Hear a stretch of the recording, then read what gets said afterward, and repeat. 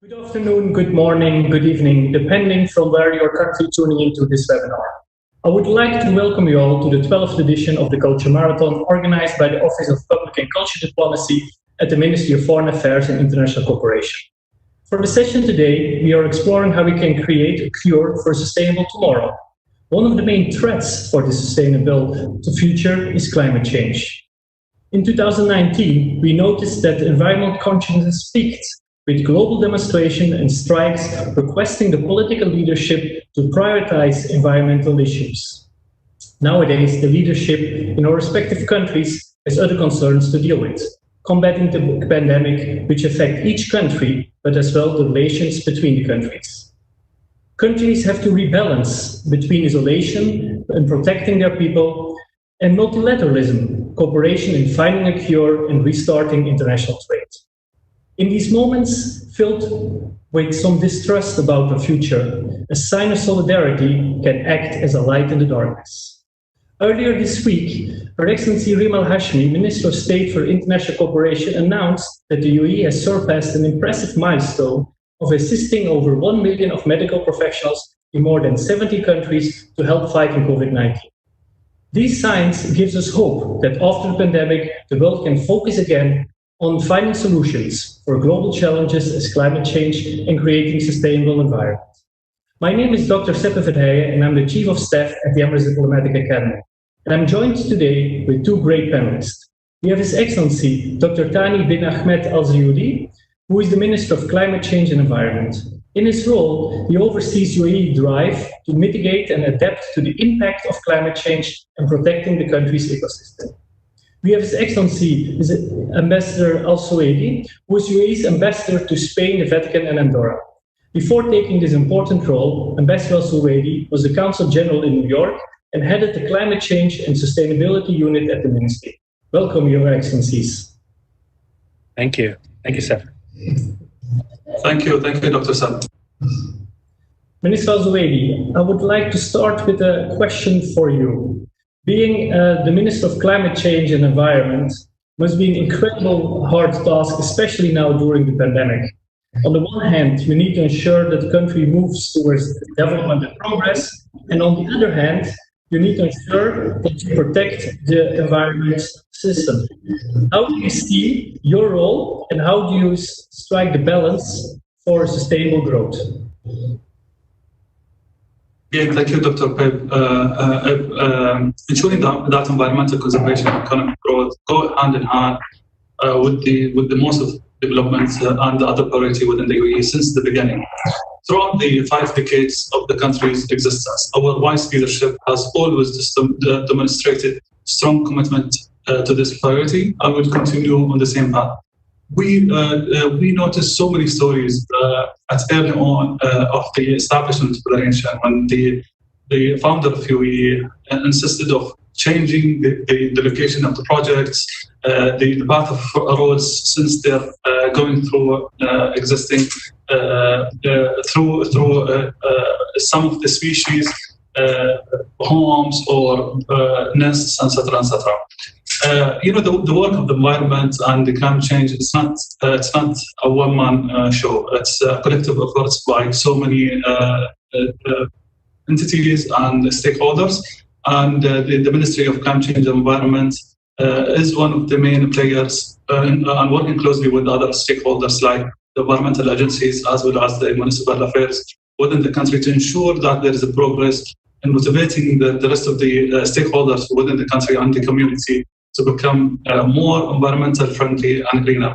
We have great examples as well from the private sector entities who have dedicated and contributed to the reduction of the carbon footprint of their operations, and that contributes to the overall national emission reduction. I would like to mention a couple of companies, talking about Mastar, talking about Diwa, Majid Holdings, and many other excellent examples that we're really proud of within the UAE.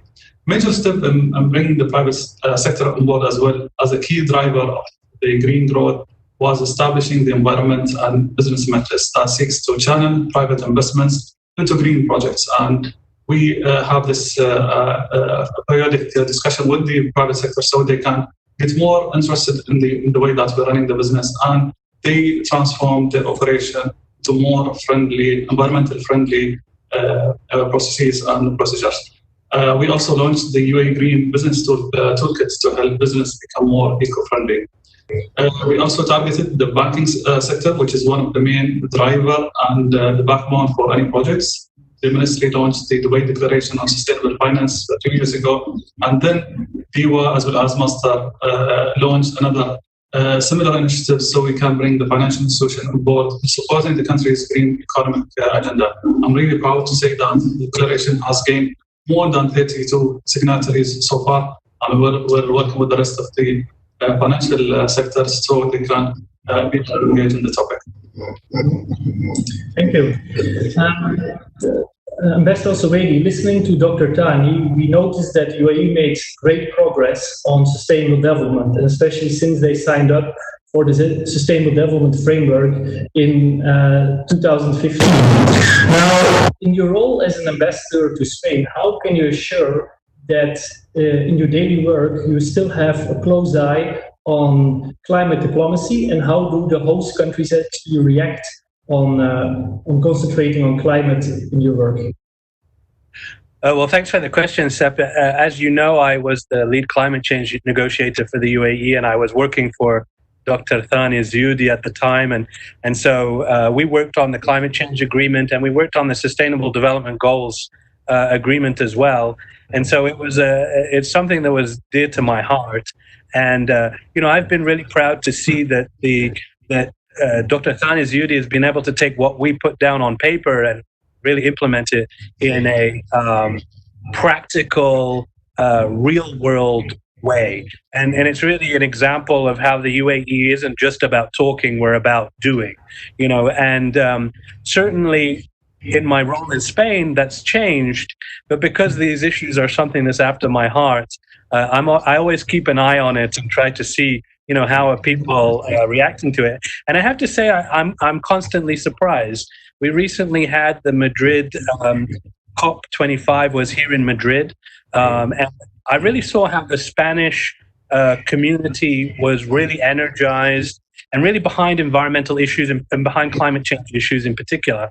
And we had the participation of Dr. Thani and his team in the climate change negotiations, and I know that they really showcased to the Spanish society how much the UAE has done, is actually delivering on the promises that it made. And I feel really proud that I can represent that. We have a lot of ties between the UAE and Spain in this matter. Our two countries are very close, have a fantastic relationship. So for me, it's a really easy job. But there's a lot of concrete projects we have here in Spain.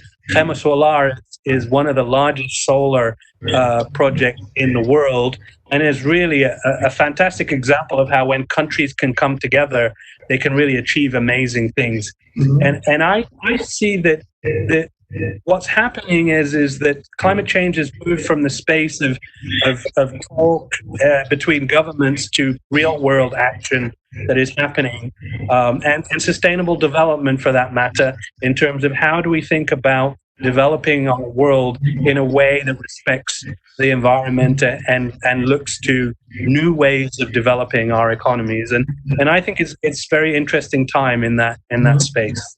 Yeah. Thank you, Ambassador. Dr. Thani, over the last few decades, we really noticed that climate change has picked up, leading to longer drought seasons, to more frequent and destructive wildfires, as in Australia a few months ago, and also an increased number of extreme weather events. Could you tell us more about the humanitarian impact of these events? Sure, Doctor. Every year, the frequency, intensity, and duration of the natural disasters are made worse by climate change, causing more people to become vulnerable to the humanitarian crisis. In comparison to the number of extreme weather events in the 70s and the last few years, we're talking about a major jump from 70 to 80 events in 70s to something around 400 in the last few years, which means that the intensity and the frequency of those events are becoming more and more visible. There are two things about climate change that, in my opinion, make it greatest risk to the humankind at the moment. One is that it is a threat multiplier. It takes issues like poverty, hunger, diseases, and lack of access to clean water and amplifies them. Two is that those who have contributed the least to the problem are being hit the worst by its impacts. Perhaps the most damaging humanitarian impact of climate change is related to the health. Diseases such as cholera and malaria will likely increase in some areas as a result of changing temperatures. And the air pollution, as we all know, based on the WHO, is causing death of more than 7 million people per year. And as a result of the natural disaster, food insecurity and malnutrition are on the rise around the world. In 2018 alone, natural disasters were the main driver of hunger for 29 million people. Climate change also threatens livelihoods. Desertification and droughts negatively affect over 1 billion people in more than 110 countries. We start getting so many requests as well from African countries who have never experienced droughts in their countries, which starts a big issue affecting one of the main sectors that contributes to their GDPs, the agriculture. And it's making the refugees crisis worse as well. In 2019, natural disasters forced 25 million to flee due to the changes in natural environment related to sea level rise, extreme events, and droughts and water scarcity. If the world does not take urgent actions to address the climate change, a humanitarian crisis will continue, and these figures will escalate dramatically. And this is what we see from the UN reports as a projection for the upcoming 3 to 4 decades from now. Thank you, Dr. Thani. Ambassador, from a diplomatic point of view, what can we do to prioritize humanitarian action? I think it's a critical part of diplomacy of the future. You know, as Dr. Thani mentioned, the climate and it really exacerbates issues of poverty, issues of migration, and many of the problems of communities who are vulnerable are happening faster and quicker than we've seen in the past. And diplomats really have a unique role, and we are a channel by which we can build those relationships to help solve what are global problems. These are not issues that can necessarily always be solved only at a local level. They have to be solved through multilateralism, through global cooperation, because they're transboundary issues. They're issues that cross the boundaries that the countries have. And so it takes countries working together. And the UAE has been really, really at the forefront of this. We're one of the world's leading donors per GNI. In the COVID crisis, we were delivered aid to 70 countries, as I'm sure we'll get to later. We're always providing support, humanitarian aid to many countries. We're also providing development aid to countries. Dr. Thani knows very well a lot of the solar projects where we delivered aid in a different way, aid in the form of solar energy, through wind farms in Pacific Islands, to solar panels in some of the vulnerable islands. And then in Africa, a lot of projects to help with agriculture, with water supplies, with all of the issues that we take for granted in our developed or developing countries, in many developing countries, but in some of the poorest countries in the world are really, really important issues. And things that we have to focus on. And diplomats can have a really unique role in building those ties between countries so that we can work together on tackling some of these important projects that impact both of us in many different ways. Mm-hmm. Dr. Thani, to follow up on what Ambassador Al-Suwaidi was saying, could you give some examples of these projects that UAE is doing abroad? Sure, Doctor. The UAE has long been committed to this cause. And in recent years, we have consistently providing over 1% of our annual gross national income to the projects worldwide that focus on the interrelated issues of health, humanitarian, and climate change mitigation.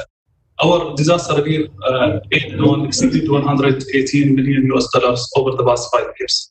In this context, I must mention our efforts to accelerate the deployment of renewable energy, which mentioned by His Excellency Majid, because renewables holds the solution to many of the challenges that the world faces right now, such as climate change, air pollution, and the economic slowdown. To date, we have invested in renewable energy projects across 70 countries that have a total value of $16.8 billion US dollar. We're also a major donor, having allocated close to $1 billion US dollar in grant and soft funds for renewable energy projects. In addition, we have provided technical expertise and project assistance through our flagship energy company, Master. Notable examples of our initiatives include the IRENA ADFT project facility, and through this partnership with the International Renewable Energy Agency, IRENA, and Abu Dhabi Development Fund, we have allocated $350 million US dollar in soft loans for renewable energy projects in developing nations. This was the UAE's first development assistance program in the field of renewable energy, and one of the larger bilateral investments in this sector. The scheme is currently in its seventh cycle, and offered almost and supported to 32 projects to date. I want to mention a couple of projects which Ambassador Majid as well mentioned. In 2013, we set out under the leadership of the Science Chief Abdullah Mizayed, our Minister of Foreign Affairs, the landmark $50 million US dollar UAE Pacific Partnership Fund that aims to address the challenges posed by the Pacific region's energy costs, which sadly are among the highest in the world. 11 countries have benefited from 10 solar photovoltaic projects and one wind farm with a total capacity exceeding 6.5 megawatts. Many were the first utility-scale renewable energy facilities in their respective countries, and we started even building partnership with the rest of the countries in the region, like New Zealand and Australia, increasing the capacity in some of those projects. And we developed some projects in close collaboration with the World Bank as well. 2017, we established another $50 million US dollar Caribbean Renewable Energy Fund that seeks to deploy the renewable energy solutions to 16 Caribbean islands countries. Last year, the fund launched its first 3 projects aimed at installing total around 1.5 megawatt of solar PV capacity. And others are currently under developments, under review, and the technical discussion between the technical team from the UAE as well as the colleagues at the Caribbean islands. And the facility seeks to reduce energy costs in this region and improve, for sure, the resilience to the natural disasters. And we underscore the hurricanes Irma and Maria. I mentioned as well the Hurricane Irma and Maria because after the hurricanes, we managed to coordinate with the islands to re-strategize some of the renewable energy projects in their country. Building on the success of those programs, we have as well joined IRENA's the SITS Lighthouse Initiative that inspires to accelerate the adoption of renewable energy in those small islands developing countries around the world. In addition to improving the electricity access for population and meeting a larger part of their energy needs, projects have helped bring to light creating jobs, opportunities, supporting the development of local communities and economies, and for sure, cut down on pollution.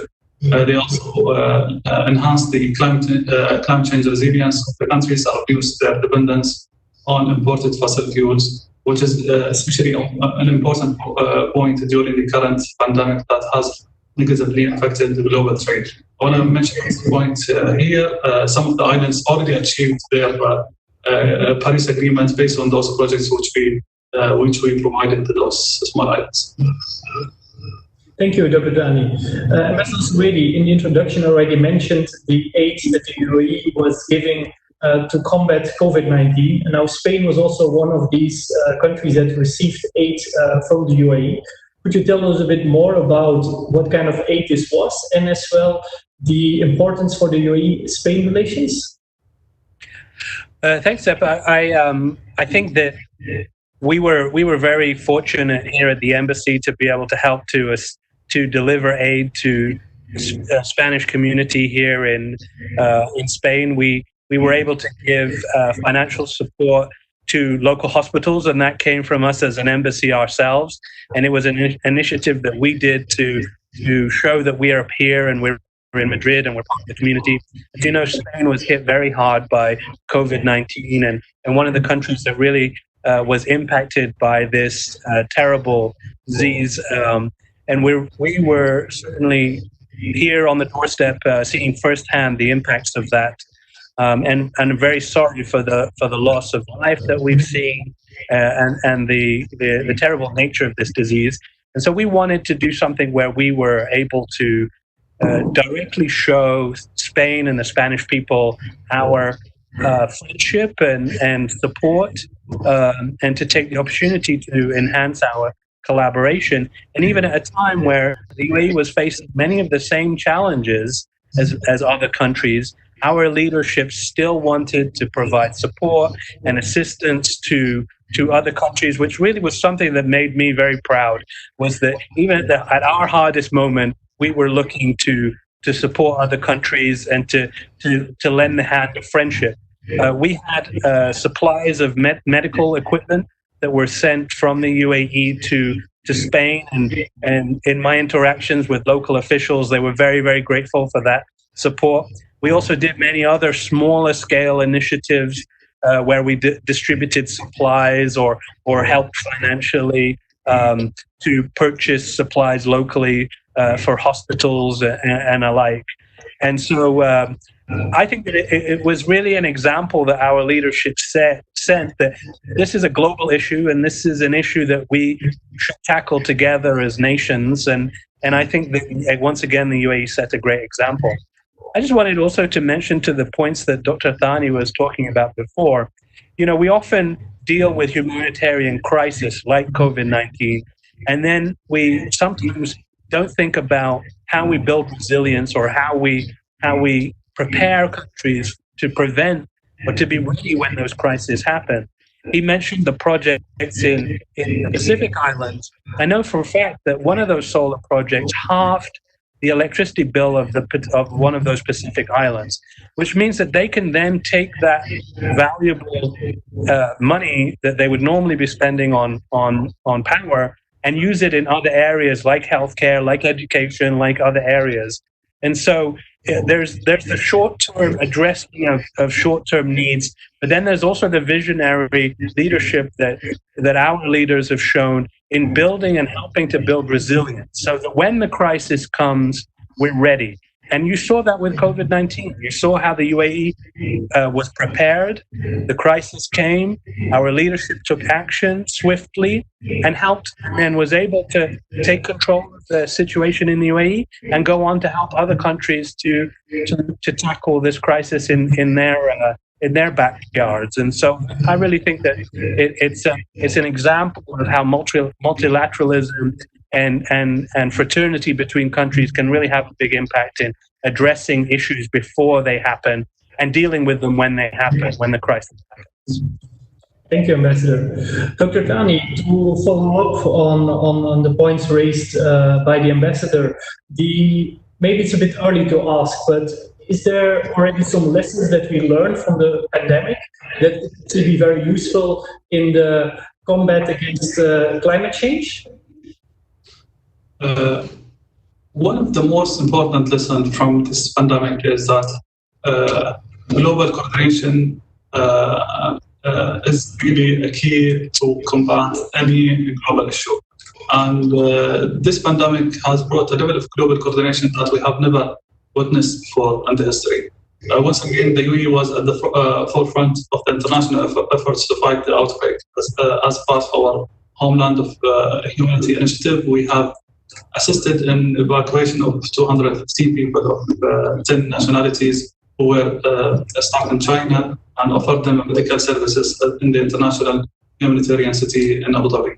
In response to a request by the South Korea governments as well, we facilitated the evacuation of 80 Korean nationals and their families members from Iran, in a step that reflects our strong relation with our neighbors. We have also welcomed 2 airplanes carrying 400 students, mostly GCC nationals, and took care of them in their quarantine and testing. On Monday, Her Excellency Reem Bint Ibrahim Al-Hashmi, the Minister of State for International Cooperation, announced that the UAE has assisted more than 1 million medical workers worldwide by providing over 1,000 tons of personal protective equipment, medical supplies, and food aid. Valuable lesson that has come out from this pandemic is that no country is immune to the global disaster. And COVID-19 has also shown us that early action is very vital, very important, and any delay in the response can build and result in devastating outcomes. Countries that have taken drastic measures to limit the spread of the virus early on have recorded the greatest success. It's like the world joined forces to fight the virus. It can do the same for the climate change, because we know now we can do much better if we prepare much earlier. Thank you. Your Excellencies, to follow up on that, for both of your jobs, it's really important to meet people in person, to go to big conferences where you can discuss these topics. Now, since the pandemic, this is not possible anymore, and the only way how we can interact is virtually. Do you really see a future of virtual diplomacy, or will we go afterwards back to the normal before? Sorry, Dr. Thani? It's going to be a mix of both. We will continue now with the new direction of having these virtual meetings, which is going to be much quicker and much easier to have accessibility to the knowledge and the experts worldwide.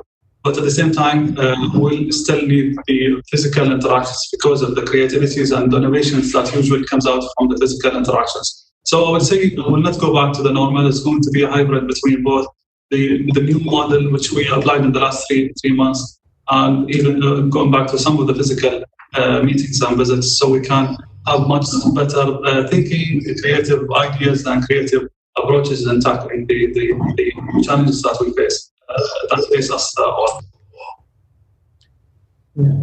If I may add, here at the embassy in Spain, we had already started to undergo a process of modernizing and adapting new tools to how we do things. And I see that what COVID-19 has done is accelerated our use of video conference technologies alongside the many other new technologies that we have to adapt to in this world today.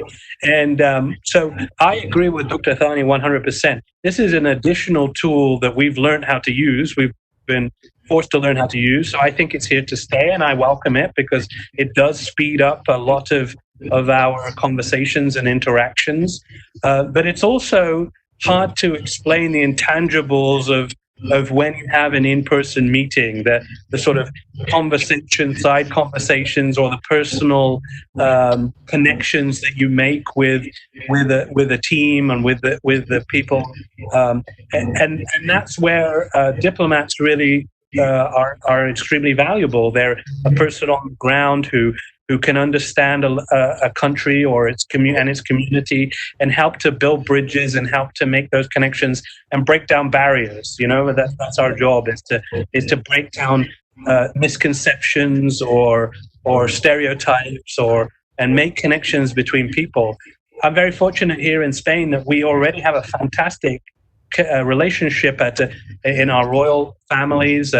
I've met with the King of Spain, and he speaks so highly of our leadership, and vice versa. The leadership of the UAE always speaks so highly of that Spain, and our governments are very connected. We can add to that by making connections at multi levels and in multi sectors, and those human interactions are really valuable in that. Mm-hmm. So as I said, and as Dr. Thani, His Excellency said, this is another tool in our arsenal of tools, if you will, to help us to work more efficiently, to work more effectively, and to help us be more productive in what we're trying to do, and that is to build a strong relationship between us and our partners. Yeah. Thank you. You both already mentioned before multilateralism, and in the last years you could really see a decrease with the US pulling out of the Paris Climate Agreement, the Brits leaving the UK, and during the COVID-19 we saw a lot of countries taking unilateral decisions for protecting their people, protecting their economy. Now, my wife is due next week to give birth to my firstborn. And I was wondering if I would talk to him in 10 years, do you think I would tell him the year you were born is the year where multilateralism flourished, or should I tell him that is the year where multilateralism disappeared? Dr. Thani? Well, let me speak first about the Paris Agreement, then I'm going to tackle the second part of your question, Doctor. The UAE is one of the first countries in the whole region to ratify the Paris Agreement. We developed a national climate change plan, and we are taking the lead on the way to the climate action. Speaking about the Paris Agreement, we're finalizing as well the updated NDC, which will be soon ready for submission to the Secretariat. And we aim that we'll have one of the strongest NDC from this region. But let's not forget our ambition, a very ambitious targets in the UAE Energy Strategy 2050 that seeks to achieve 50% of share of clean energy in our energy mix. Despite being a major hydrocarbon producer, our country is also a pioneer and the role model in the deployment of clean energy. And we saw in the last few months as well during the pandemic announcement of the hitting and breaking the global records when it comes to producing power from renewables, reaching 1.35 cents per kilowatt hour. And we're still competing even with our own numbers and any projects or bids that we participate in. The UAE is also a key player in soft power. I will continue to keep our influence in the region and beyond to change perception that climate action from something that is costly to something which is absolutely necessary and will have an economical value to the country. Speaking about the multinational efforts, we start seeing in the last 2 years a stronger multinational again in the field of climate change. Well, last year we hosted Abu Dhabi climate meeting in partnership with the UN SG, His Excellency Antonio Guterres, and then we attended the UN Climate Action Summit. Unfortunately, this year the COP has been postponed to next year because of the pandemic and because of the necessity of having a physical meeting. But are we going to see the multilateralism falling down? I really doubt, because the minute that we see someone who's dropping off the international agreements, we see new people are stepping up. If we're talking about the states, as you mentioned, yes, we see the federal government is announcing that they want to pull out from Paris Agreement. But at the same time, we're seeing the local states are stepping up to take the role of the federal governments. So the players are changing, but at the same time, we all are moving toward achieving and hitting the global and international targets. So we're seeing new people and new players are stepping up to take the roles of the ones who wants to or run away from the agreements. Thank you, Dr. Thani. I agree 100% with what Dr. Thani just said. You know, the UAE is always a country that's going to be focused on multilateralism, and we really are focused on that. We believe that for peace and security on many, many issues, that multilateralism and international institutions are the way forward. And I believe, maybe as an optimist, that COVID-19 teaches us that, you know, an issue like this is a perfect example of where we have to collaborate together to solve this crisis. I think your question also needs to be looked at in a different way, and Dr. Thani alluded to that. I think when it comes to climate change and sustainable development, if you look at the rhetoric around it or the discussion around it, it's really changed, and the players have changed. So rather than it being a discussion of how governments are going to solve the problem, you really see grassroots movements that are trying to tackle these issues on a low level. And from my point of view, and maybe this is a personal point of view, that's what international agreements are about. International agreements simply create the framework within which many, many different actors can come to the table.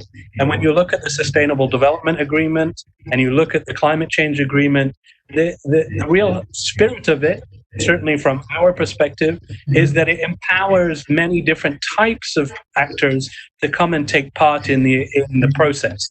And if you look at the climate change discussion today, you see that the consumer is driving the process and business is driving the process, because the consumer is demanding it, and so business is driving it. And so you see that already. You see companies like Google thinking about their energy footprint.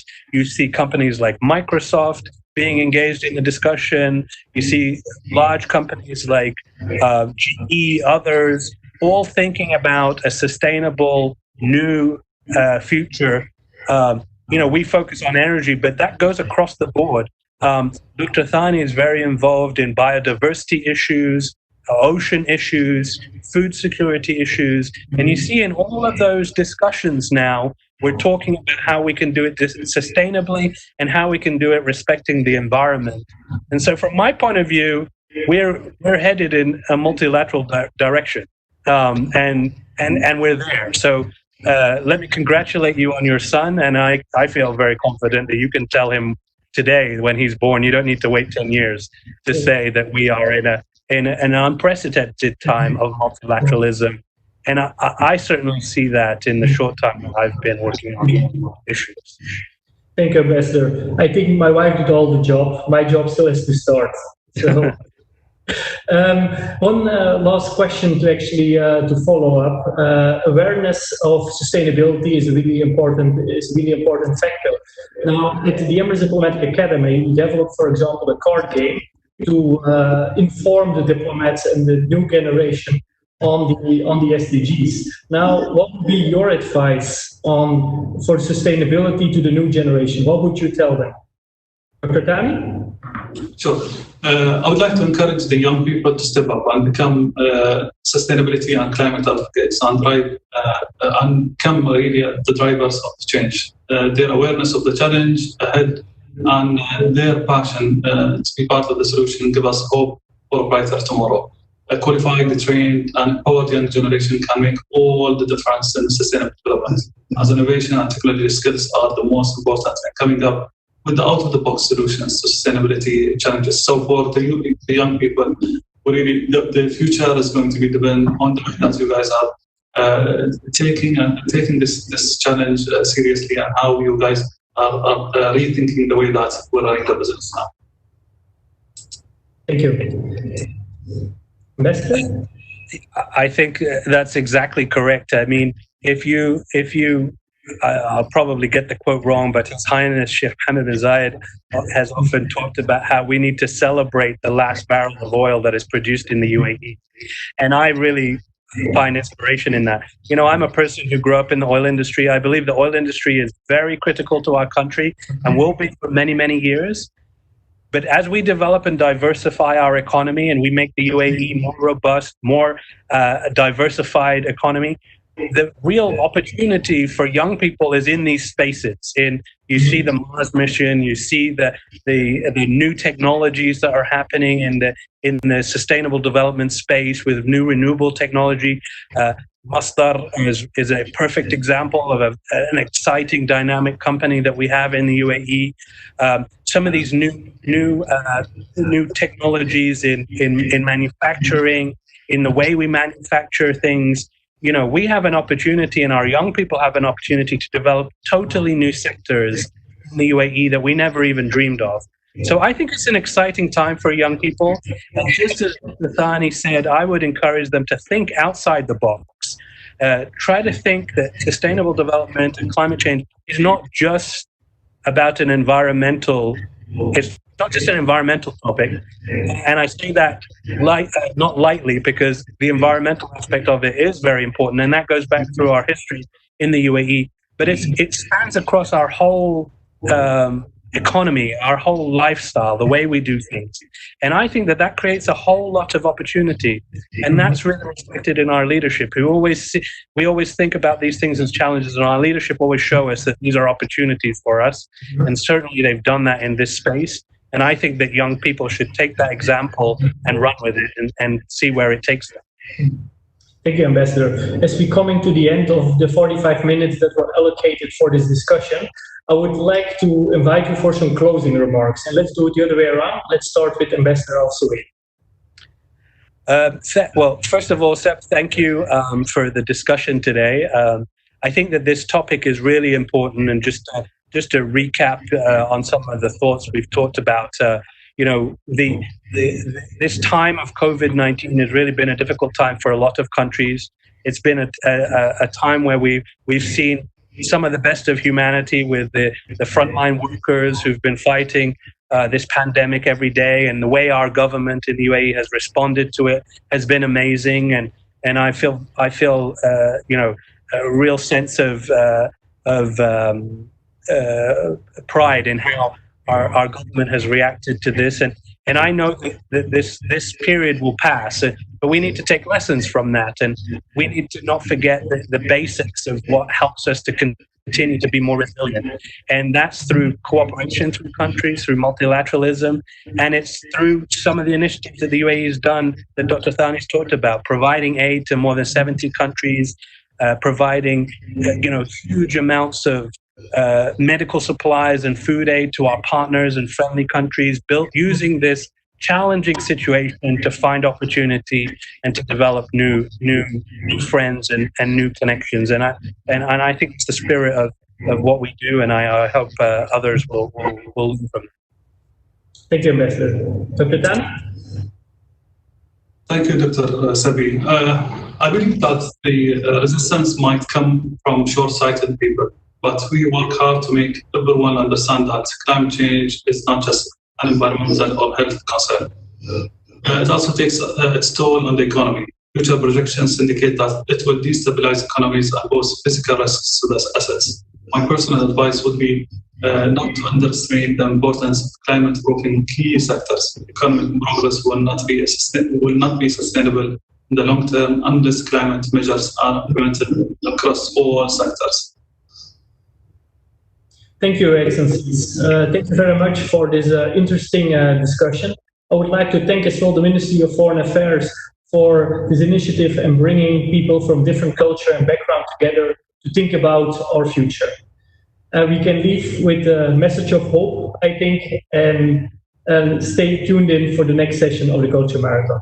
Thank you very much for participating. Thank you. Thank you, Doctor. Thank you, Maya. Thank you.